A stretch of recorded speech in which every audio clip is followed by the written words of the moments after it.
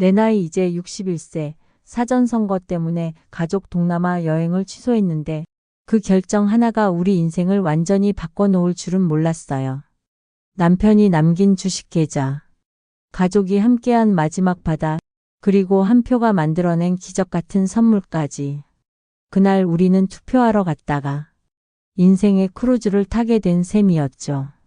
내 인생에 있어 사전선거로 이루어진 가족의 유럽 크루즈 여행의 기쁨과 엔비디아 주식 사연까지 오늘 인생 트로트의 이야기를 담아보겠습니다. 그날의 시작은 아무도 예상하지 못한 아주 평범한 봄날이었습니다. 엄마 요즘도 그거 모르고 사는 사람 없대요. 딸이 휴대폰 화면을 내밀었습니다.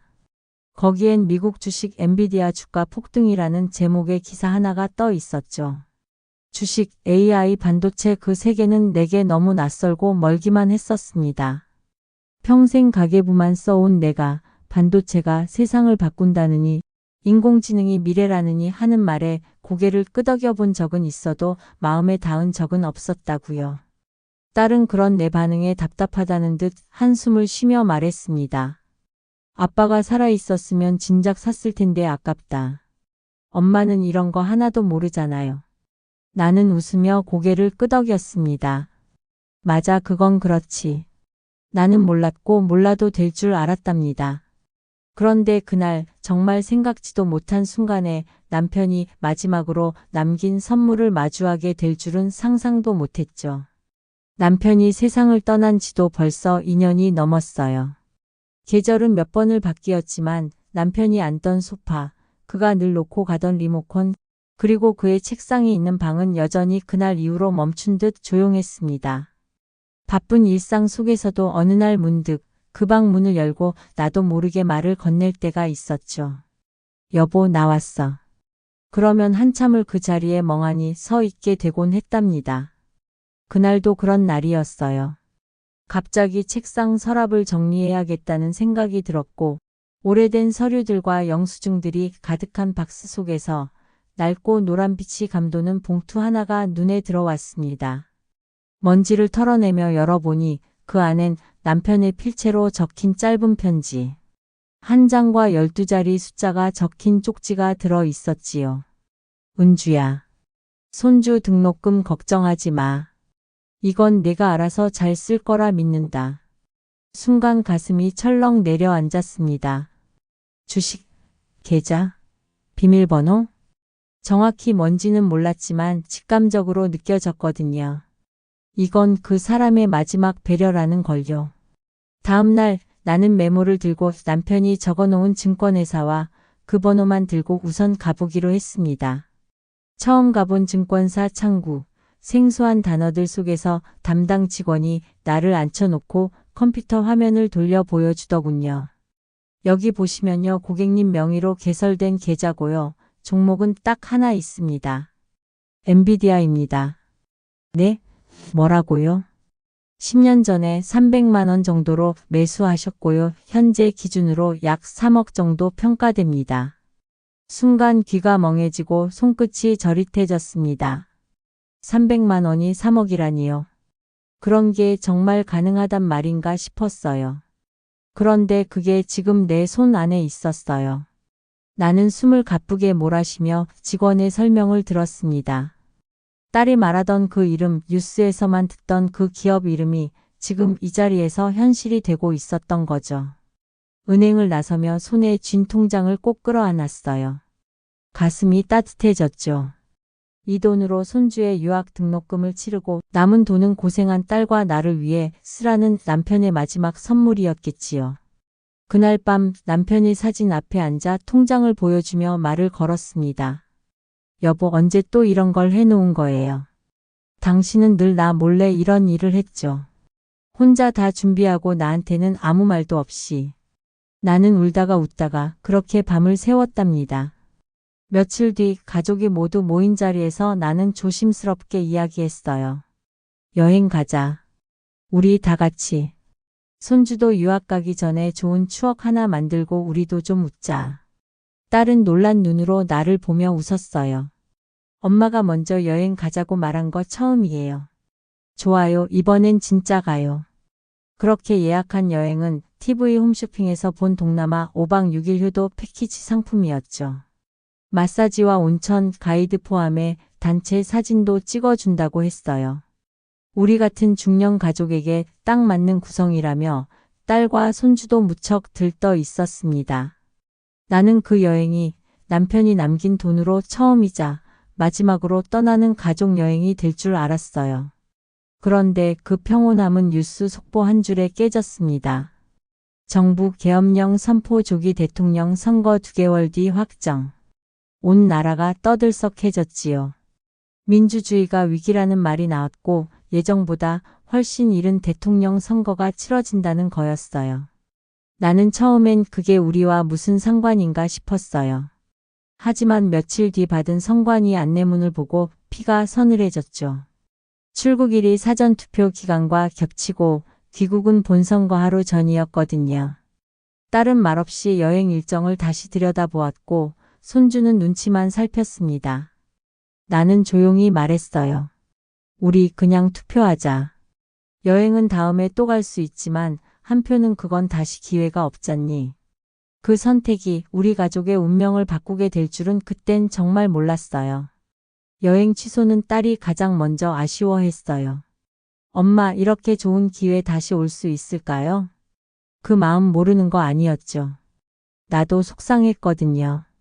가족 모두가 함께 떠나는 첫 해외여행이었고 손주 유학 전 마지막 추억이 될 거라 믿었으니까요. 손주도 기대했는지 가끔 여행 가방을 미리 꺼내놓고는 일정을 되묻곤 했답니다. 하지만 우리는 국민이었고 선택은 분명했어요. 그날 딸도 조용히 고개를 끄덕였고 손주도 따라주었답니다. 그렇게 우리는 여행을 취소하고 사전투표 준비를 시작했죠. 마음 한구석은 허전했지만 어쩐지 그 허전함보다도 묘한 뿌듯함이 자리를 잡기 시작했어요.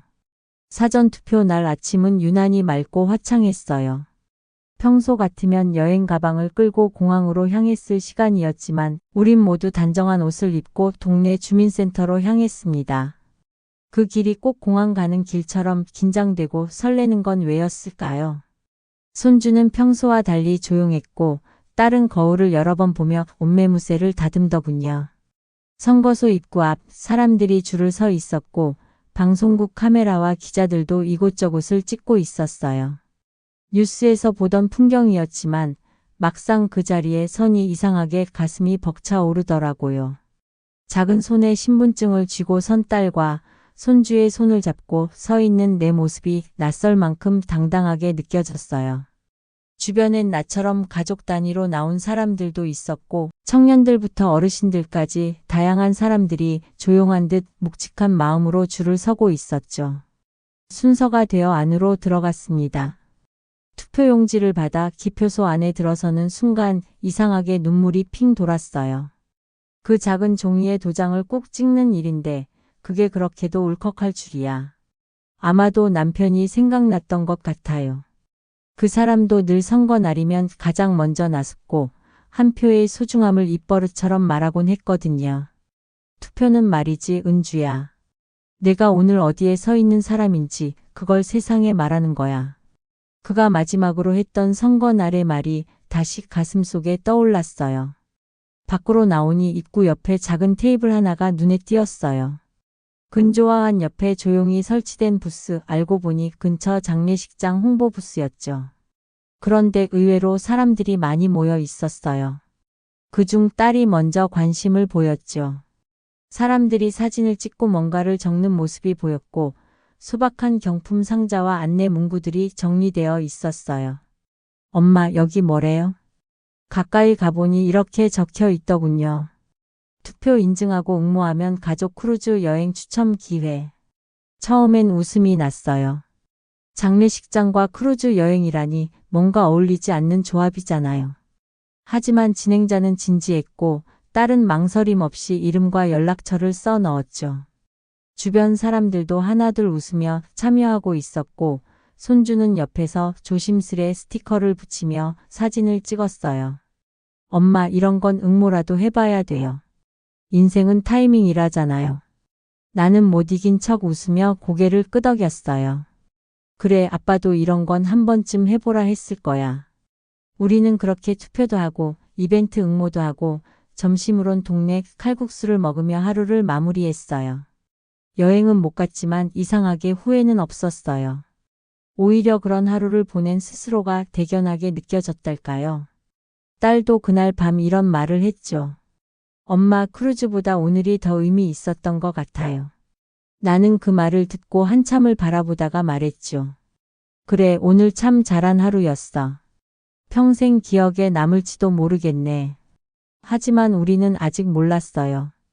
그 조그만 이벤트 응모가 며칠 뒤 우리 가족의 삶을 또 한 번 뒤흔들 거라는 걸요. 우연 같았던 일이 우리에게 남편이 남긴 또 다른 선물로 다가올 줄은 정말 상상도 못했죠. 다음 이야기는 딸의 휴대폰으로 걸려온 전화 한 통에서 시작됩니다. 그날도 평범한 하루였어요. 아침부터 빨래를 널고 냉장고에 남은 재료로 된장국을 끓이고 있었죠. 손주는 학원에 가 있었고 딸은 거실에서 노트북으로 뭔가 열심히 작업하고 있었어요. 봄볕이 부엌창으로 스며들었고 라디오에서는 희미하게 90년대 가요가 흐르고 있었죠. 그런 잔잔한 일상을 깨트린 건 낯선 전화벨 소리였답니다. 2로 시작하는 번호인데 엄마 광고일까? 딸이 휴대폰을 힐끗 보며 말했죠. 받아봐, 혹시라도 중요한 건일 수도 있으니까. 딸이 전화를 받자마자 정색을 했어요. 네? 다시 한번 말씀해 주시겠어요? 예? 크루즈요? 순간 저는 국을 젓던 손을 멈췄어요. 귀가 번쩍 뜨였죠. 딸이 눈을 동그랗게 뜨고 저를 보며 입을 가렸거든요. 엄마, 우리 크루즈 당첨됐대요. 그날 사전투표 끝나고 이벤트 응모했었잖아요. 기억나요? 그거 진짜 됐대요. 순간 거실이 조용해졌어요. 믿기지 않는다는 듯이 딸은 다시 전화를 붙잡고 이것저것 되물었고 저는 그 옆에서 조용히 식탁에 앉았어요. 세상에 이런 일이 정말 있는 거야? 라는 생각만 맴돌았죠. 3분 전원 탑승 가능하시고 동남아 7박 8일 일정이래요. 출발은 다음 달 말, 전액 무료고 이게 진짜래요. 딸이 전화를 끊고도 한참을 멍하니 앉아 있었어요. 손주는 학원에서 돌아오자마자 소식을 듣고 소리를 질렀죠. 진짜요? 우와. 할머니, 우리 크루즈 타요. 와, 친구들한테 자랑해야겠다. 딸은 조심스레 말했어요. 엄마, 이거 혹시 아빠가 주신 기회 아닐까요? 그날 우리가 여행 대신 선택한 하루. 그냥 넘긴 게 아니었나 봐요. 나는 아무 말도 하지 못하고 거실 탁자 위에 있던 남편 사진을 바라봤어요. 그날 이후로도 난 가끔 그렇게 남편 사진을 바라보며 혼잣말을 하곤 했죠. 그 사람은 늘 조용한 방식으로 우리 삶에 흔적을 남기곤 했으니까요. 무언가 준비되어 있다는 말 한마디 없이 슬며시 깔아둔 안전망 같은 사람. 다음 날 우편으로 초대장이 도착했어요. 분홍색 리본으로 묶인 두툼한 봉투 안에 정식 초청장이 들어 있었죠. 검정 바탕에 은색으로 인쇄된 글자, 크루즈 패밀리 VIP 초청장. 밑엔 탑승자 명단을 적으라고 적혀 있었고 일정표, 항로도 함께 들어 있었어요. 손으로 꼭 쥐고 다시 한번 확인했죠. 정말이구나, 우리 가족 이름이 여기에 적힌다는 게. 딸은 초청장을 사진으로 찍어 SNS에 올렸고 친구들로부터 축하 메시지가 쏟아졌어요. 그중 몇몇은 우리가 예전에 예약했다, 취소했던 여행 얘기를 기억하고 있었고 운명 같다는 말도 나왔죠. 손주는 이미 머릿속으로 배 위에서 뭘 할지 상상하며 들떴고요. 가족 모두가 무언가에 이끌리듯 천천히 기대와 감동 속으로 들어가고 있었어요. 그날 밤 우리는 모여 앉아 오랜만에 외식을 했어요. 짜장면과 탕수육이었지만 그보다 더 특별한 건 가족 모두가 웃고 있었다는 거였죠. 딸은 이벤트 주최 측에 문의한 내용을 메모하며 말했어요. 엄마, 비용 진짜 하나도 안 들고 여권만 있으면 된대요. 근데 아빠랑은 같이 못 가는 게 너무 아쉽네요. 아빠도 크루즈 타보고 싶다고 늘 말씀하셨잖아요. 그 말에 나는 젓가락을 잠시 내려놓았어요. 맞아요. 남편은 늘 그랬어요. 신혼여행도 제대로 못 갔던 우리였기에 언젠가 기회가 되면 꼭 크루즈 여행을 가보자고. 바다 위에서 둘만의 시간을 꼭 보내고 싶다고 했었죠. 하지만 그 사람은 결국 이 배를 함께 타지 못하게 된 거예요. 늘 바쁜 직장과 집안 사정으로 미뤘던 그 여행이 이제야 가능해졌다는 게 참 슬프고도 고마운 일이었답니다. 그래서 더더욱 이 여행은 그 사람의 몫까지 우리 셋이 꼭 누려야겠다고 생각했어요. 우리 가족 셋이서지만 네 번째 의자엔 그 사람의 자리를 마음으로 꼭 남겨두기로 했죠. 그리고 그 순간 문득 스쳐 지나갔어요. 이 모든 시작은 엔비디아 주식이었고 여행을 포기한 한 표였고 그날의 한 장의 응모권이었단 걸요.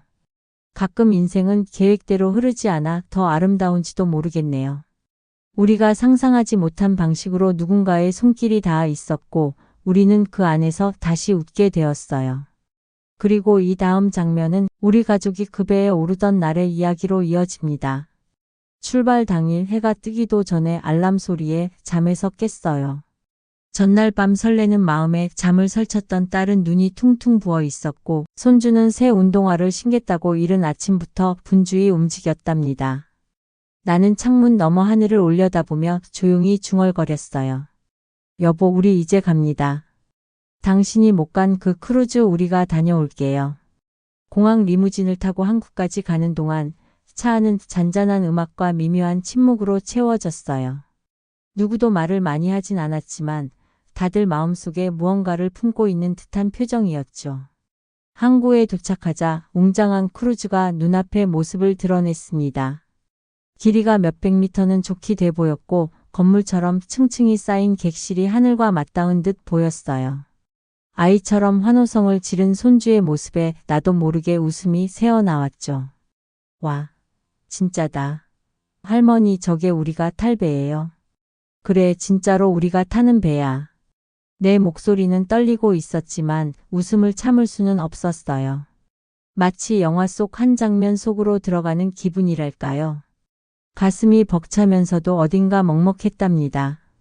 승선 수속을 마치고 객실로 들어섰을 땐 마치 호텔에 온 듯한 기분이었어요.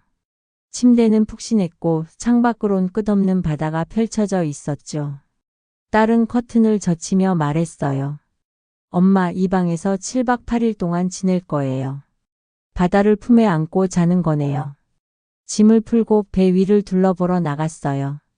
수영장, 레스토랑, 뷔페, 공연장, 마치 작은 도시처럼 모든 게 갖춰져 있었죠. 손주는 바다를 배경으로 사진을 찍겠다며 들떠 있었고 나는 곳곳에 앉아있는 중년 부부들을 보며 남편이 떠올랐어요. 저 자리 원래는 당신이 있어야 하는데. 조용히 마음속으로만 말을 걸었죠. 그리고 발걸음을 멈추고 선체로 한참을 그 자리에서 눈을 감았어요.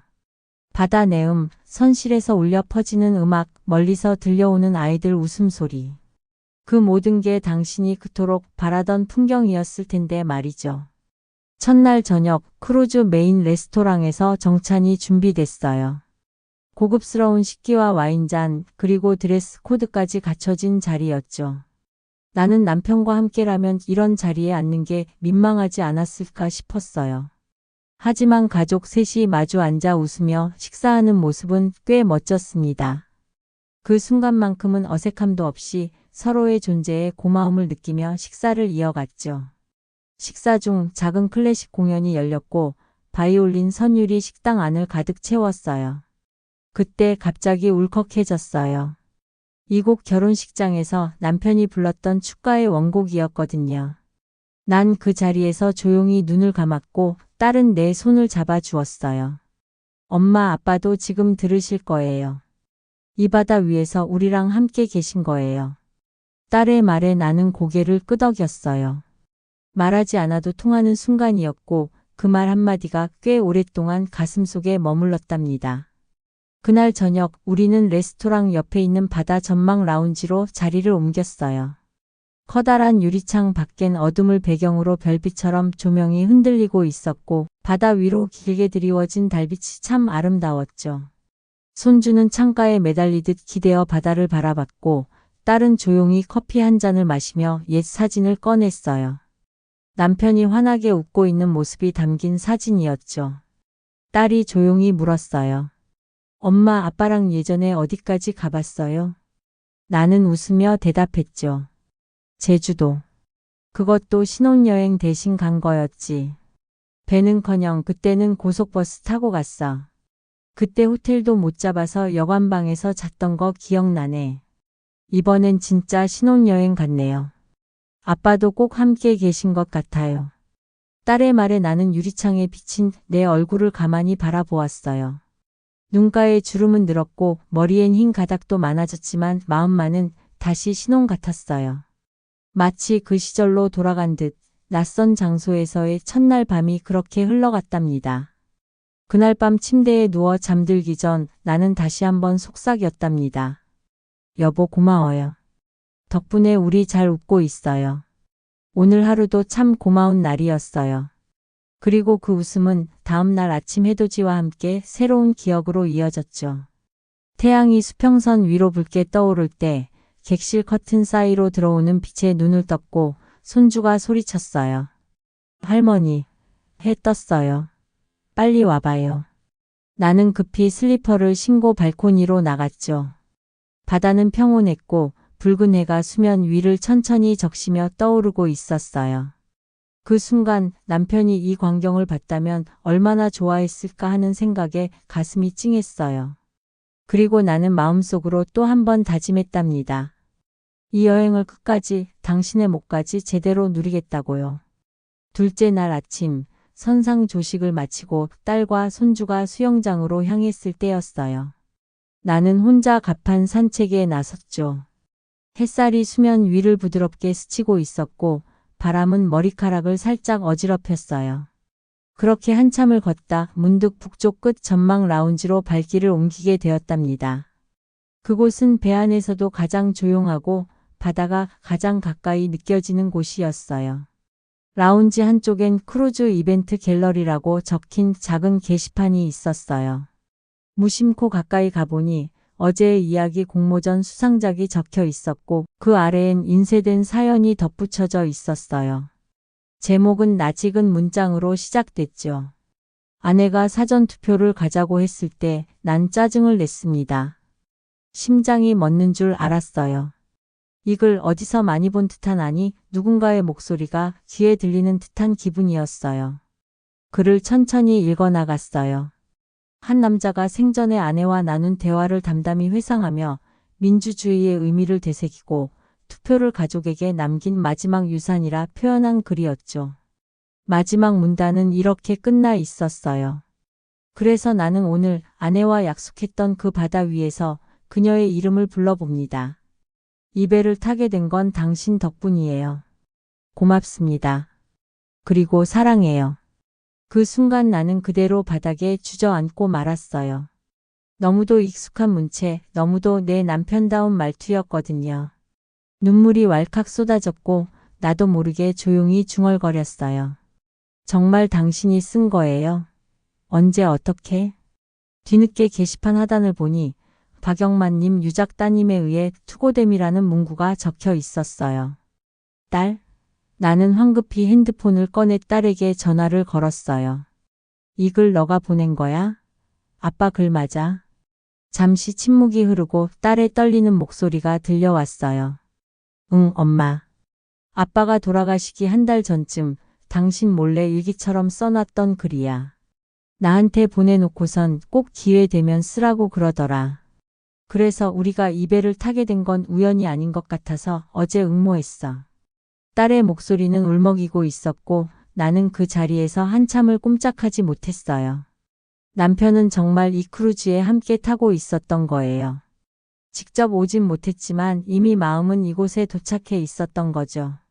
그날 오후 선상 라운지에 다시 들렀더니 누군가 남편 글 아래에 작은 메모를 붙여놨더라고요. 이 글을 읽고 저도 아내에게 손편지를 쓰기로 했습니다. 감사합니다.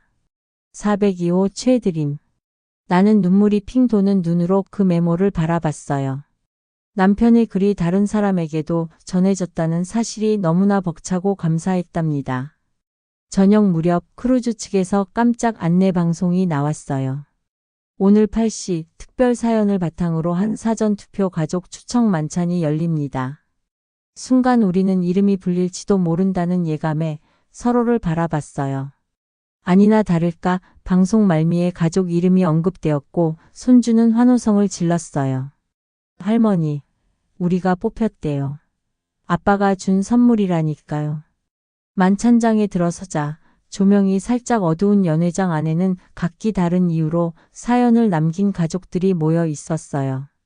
누군가는 아들을 잃고 누군가는 남편을 먼저 떠나보낸 사람들이었죠.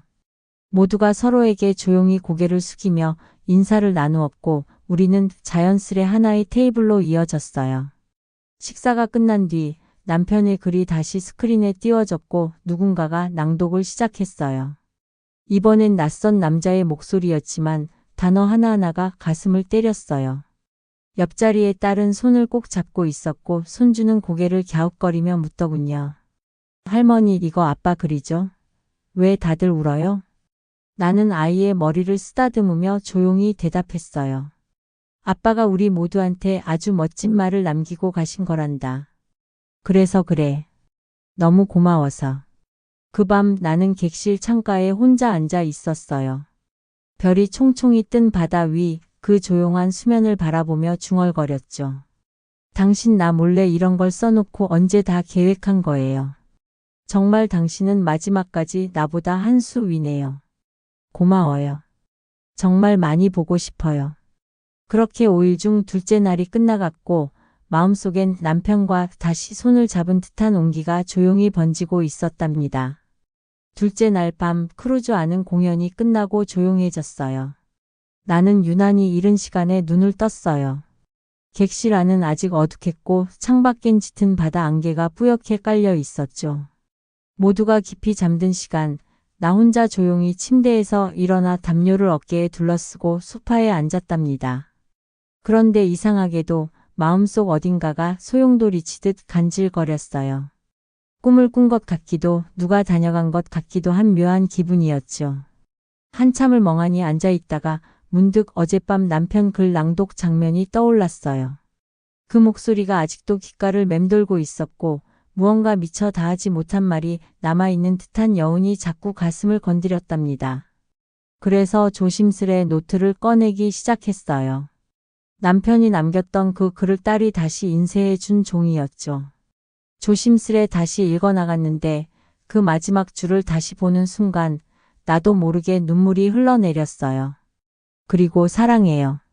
그렇게 속삭이듯 따라 읽으며 나는 처음으로 남편의 빈자리를 진심으로 마주한 것 같았어요. 그가 내게 남긴 말은 단순한 사랑 고백이 아니라 이 긴 여행의 끝에서 나를 다시 일으켜 세운 다짐이었답니다. 조용한 새벽 나는 가판으로 나갔어요. 살짝 덜 마른 머리카락이 찬 공기에 스치며 오싹했지만 마음은 오히려 따뜻해지고 있었어요. 가판엔 아무도 없었고 오직 파도 소리만이 선명했죠.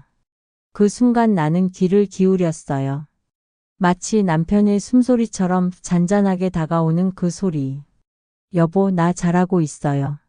속으로 그렇게 말하며 나는 눈을 감았어요. 그리고 문득 남편이 생전에 가장 자주 하던 말을 떠올렸죠.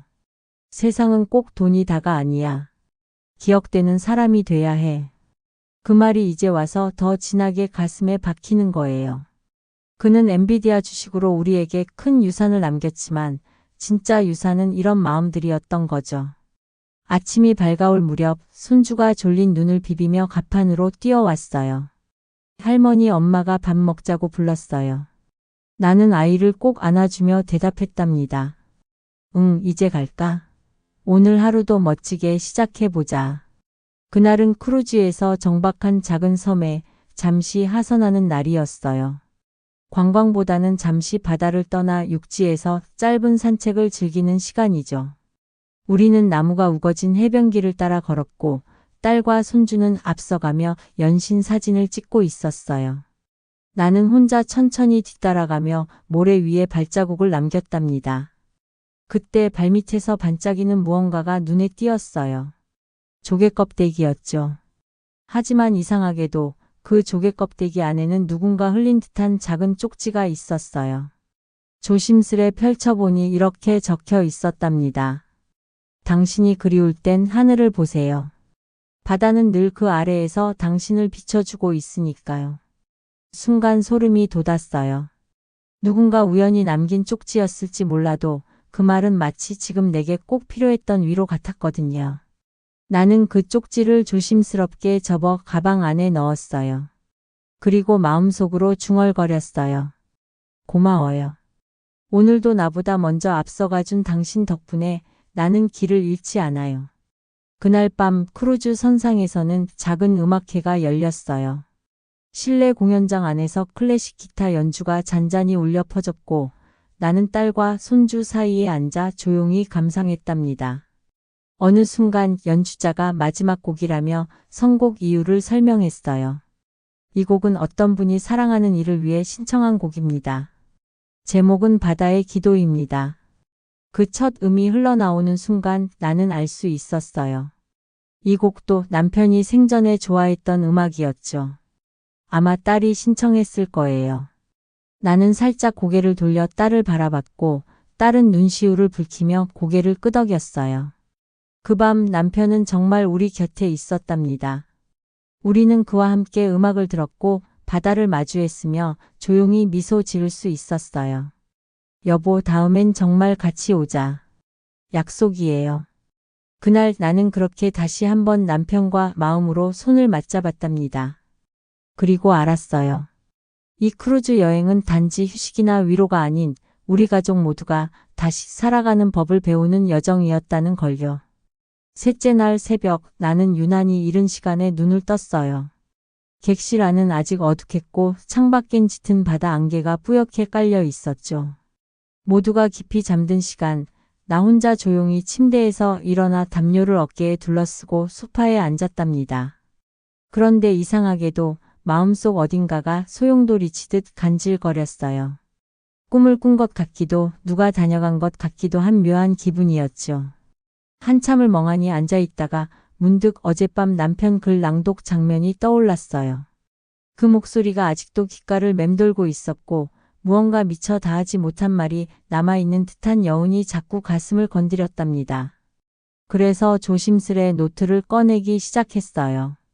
남편이 남겼던 그 글을 딸이 다시 인쇄해 준 종이였죠. 조심스레 다시 읽어나갔는데 그 마지막 줄을 다시 보는 순간 나도 모르게 눈물이 흘러내렸어요. 그리고 사랑해요. 그렇게 속삭이듯 따라 읽으며 나는 처음으로 남편의 빈자리를 진심으로 마주한 것 같았어요. 그가 내게 남긴 말은 단순한 사랑 고백이 아니라 이 긴 여행의 끝에서 나를 다시 일으켜 세운 다짐이었답니다. 그 순간 나는 문득 우리가 이 크루즈에 오르게 된 진짜 계기를 떠올렸어요. 사전선거. 만약 그때 투표를 포기하고 그냥 여행을 떠났다면 이 모든 여정은 없었겠죠.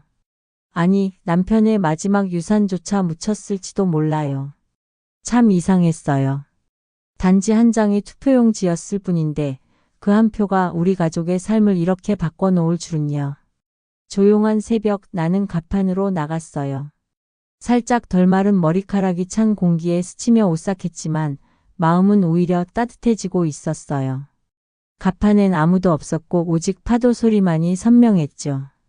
그 순간 나는 귀를 기울였어요. 마치 남편의 숨소리처럼 잔잔하게 다가오는 그 소리. 여보, 나 잘하고 있어요. 속으로 그렇게 말하며 나는 눈을 감았어요. 그리고 문득 남편이 생전에 가장 자주 하던 말을 떠올렸죠. 세상은 꼭 돈이 다가 아니야. 기억되는 사람이 돼야 해. 그 말이 이제 와서 더 진하게 가슴에 박히는 거예요. 그는 엔비디아 주식으로 우리에게 큰 유산을 남겼지만 진짜 유산은 이런 마음들이었던 거죠. 아침이 밝아올 무렵 손주가 졸린 눈을 비비며 가판으로 뛰어왔어요. 할머니, 엄마가 밥 먹자고 불렀어요. 나는 아이를 꼭 안아주며 대답했답니다. 응, 이제 갈까? 오늘 하루도 멋지게 시작해보자. 그날은 크루즈에서 정박한 작은 섬에 잠시 하선하는 날이었어요. 관광보다는 잠시 바다를 떠나 육지에서 짧은 산책을 즐기는 시간이죠. 우리는 나무가 우거진 해변길을 따라 걸었고 딸과 손주는 앞서가며 연신 사진을 찍고 있었어요. 나는 혼자 천천히 뒤따라가며 모래 위에 발자국을 남겼답니다. 그때 발밑에서 반짝이는 무언가가 눈에 띄었어요. 조개 껍데기였죠. 하지만 이상하게도 그 조개 껍데기 안에는 누군가 흘린 듯한 작은 쪽지가 있었어요. 조심스레 펼쳐보니 이렇게 적혀 있었답니다. 당신이 그리울 땐 하늘을 보세요. 바다는 늘 그 아래에서 당신을 비춰주고 있으니까요. 순간 소름이 돋았어요. 누군가 우연히 남긴 쪽지였을지 몰라도 그 말은 마치 지금 내게 꼭 필요했던 위로 같았거든요. 나는 그 쪽지를 조심스럽게 접어 가방 안에 넣었어요. 그리고 마음속으로 중얼거렸어요. 고마워요. 오늘도 나보다 먼저 앞서가준 당신 덕분에 나는 길을 잃지 않아요. 그날 밤 크루즈 선상에서는 작은 음악회가 열렸어요. 실내 공연장 안에서 클래식 기타 연주가 잔잔히 울려 퍼졌고 나는 딸과 손주 사이에 앉아 조용히 감상했답니다. 어느 순간 연주자가 마지막 곡이라며 선곡 이유를 설명했어요. 이 곡은 어떤 분이 사랑하는 이를 위해 신청한 곡입니다. 제목은 바다의 기도입니다. 그 첫 음이 흘러나오는 순간 나는 알 수 있었어요. 이 곡도 남편이 생전에 좋아했던 음악이었죠. 아마 딸이 신청했을 거예요.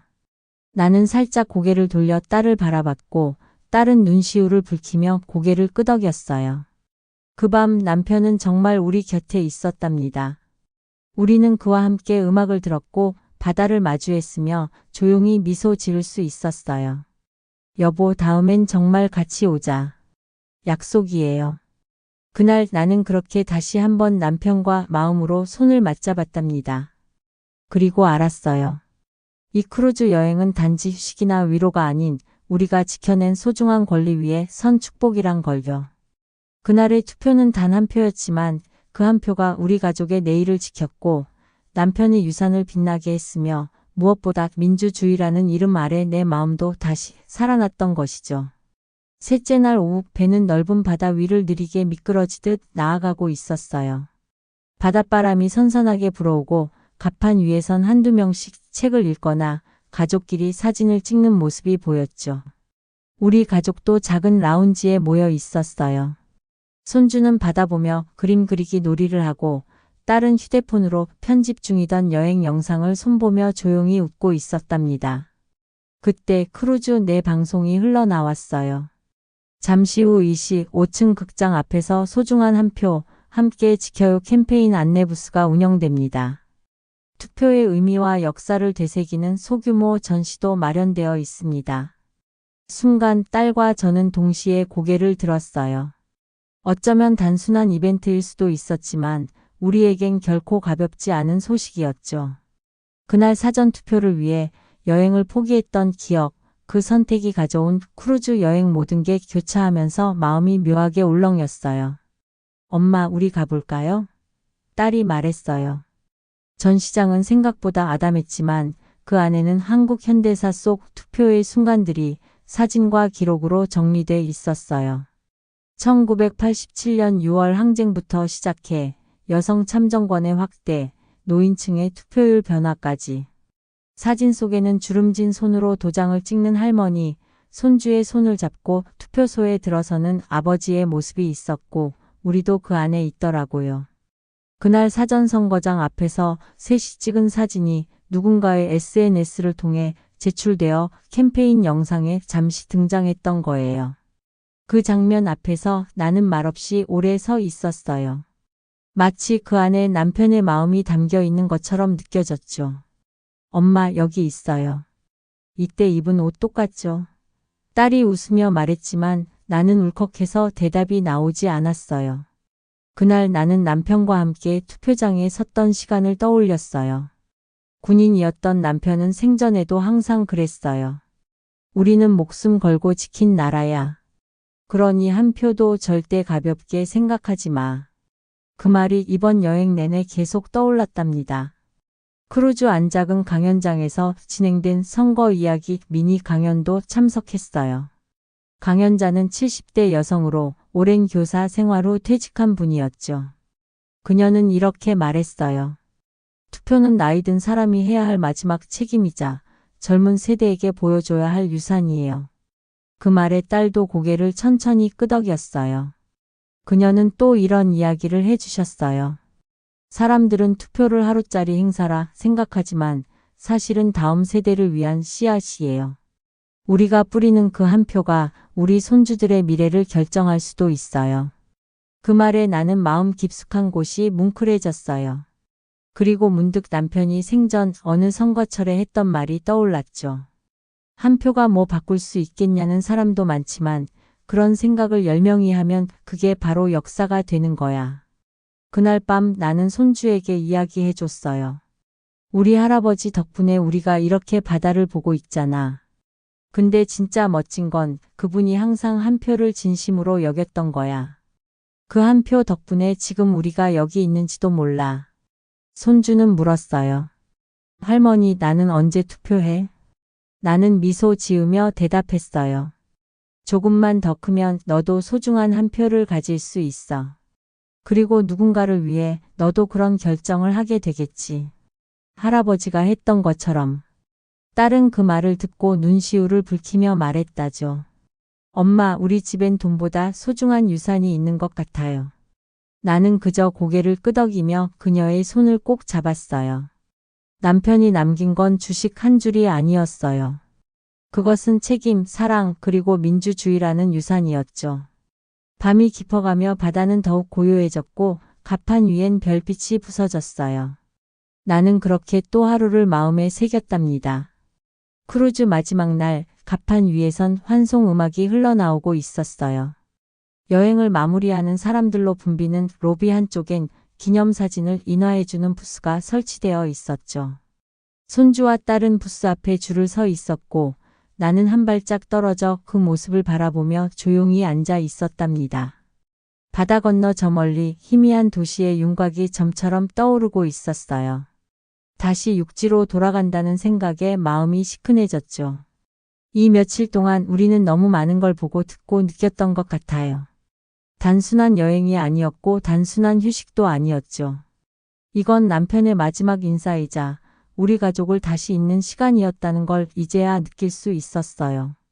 딸이 인화된 사진을 들고 와서 내 무릎 위에 올려줬어요. 사진 속엔 갑판 위에서 웃고 있는 우리 셋의 모습이 담겨 있었죠. 손주는 V자를 그리고 있었고 딸은 살짝 눈을 감고 웃고 있었어요. 내 얼굴엔 웃음과 눈물이 함께 서려 있었고요. 엄마, 이 사진 액자에 넣어서 집에 두자. 아빠도 옆에 함께 있는 것처럼. 나는 고개를 끄덕이며 사진을 두 손으로 감싸 안았어요. 그 순간 손주가 다가와 묻더군요. 할머니, 다음엔 할아버지도 같이 올 수 있어? 나는 잠시 말이 막혔어요. 그리고 천천히 아이 눈을 바라보며 대답했죠. 응, 다음에도 할아버지는 우리 마음속에 꼭 같이 올 거야. 언제나 그랬듯이. 손주는 고개를 끄덕이며 환하게 웃었어요. 그 웃음이 어찌나 해맑고 따뜻하던지 나는 순간 남편이 그 웃음 속에서 함께 웃고 있는 듯한 착각이 들었답니다. 그날 저녁 크루즈 마지막 만찬 자리에서 작은 이벤트가 하나 열렸어요. 가장 특별한 가족을 뽑는 행사였는데 누군가 우리 가족을 추천했던 모양이에요. 진행자가 우리 가족의 이야기를 간략하게 소개했고 딸이 대표로 무대에 나가 짧은 인사를 했어요. 아버지가 남기신 주식 한 줄과 엄마의 결단이 저희 가족을 이 크루즈에 올 수 있게 해줬어요. 사실은요, 사전 투표를 위해 여행을 포기했을 땐 속상하기도 했지만 지금은 그 선택이 얼마나 귀중했는지를 알아요. 한 표가 가족의 미래를 바꾸기도 한다는 걸 저희는 이번에 직접 경험했거든요. 사람들의 박수 속에 우리는 한 테이블에 모여 손을 맞잡았어요. 그 순간 남편의 빈자리가 더 선명하게 느껴졌지만 동시에 그의 숨결이 바로 우리 사이를 따뜻하게 감싸고 있다는 걸 느낄 수 있었답니다. 크루즈가 항구에 닿던 아침, 갑판 위에서 마지막으로 바다를 바라보며 속으로 다짐했어요. 남편이 지켜온 것들을 이제 우리가 지켜나가야겠다고요. 그리고 무엇보다 다음 선거 때도 반드시 그날처럼 마음을 다해 한 표를 행사할 거예요. 그것이 우리 가족에게, 그리고 이 나라에 남편이 남긴 진짜 유산이라는 걸 이제는 누구보다 잘 알게 되었거든요. 남편은 떠났지만 그의 손길은 우리 삶 구석구석에 남아 있었어요. 주식 한 줄은 손주의 미래가 되었고 포기했던 여행은 우리 가족의 추억이 되었죠. 그리고 그 모든 시작은 국민으로서 마음을 담아 행사한다는 한 표였습니다. 우리가 다시 살아갈 용기. 그건 그날 투표소에서부터 시작된 것이었어요.